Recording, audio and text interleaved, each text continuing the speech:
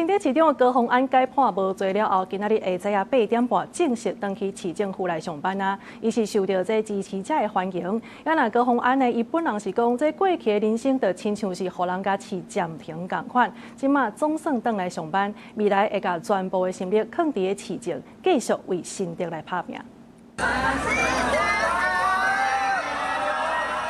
高虹安一落车，就受到支持者热情欢迎。民众大声喊加油，市府团队也排队欢迎市长返来。秘书长佮特别送花热情小揽。拜市透早，高虹安正式复职，返来新竹市政府上班。伊讲伊今日的心情特别激动。谢谢大家，我回来了。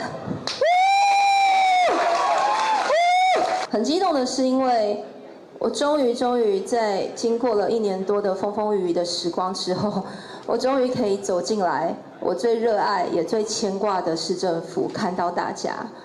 那我最沉稳的也是因为在经历过这么多的低谷以及人生中的逆境，我现在也比我人生中任何一个时候都更加了解责任的重要性。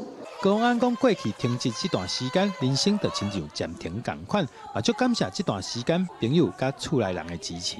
对于我一个人生被迫按下暂停键的我来说，我觉得好像漫长的像是过了一个世代一样。在我最难过的时候，没有办法在外面表现出来的脆弱，是我的家人们一边要担心我，但是一边又要撑住我、接住我这一些不安的情绪。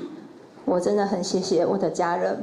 高虹安表示，复职了后，也检视目前所有的市政证件完成的进度，也希望市府团队大家继续为新竹市拍拼。记者杜君豪，新竹报道。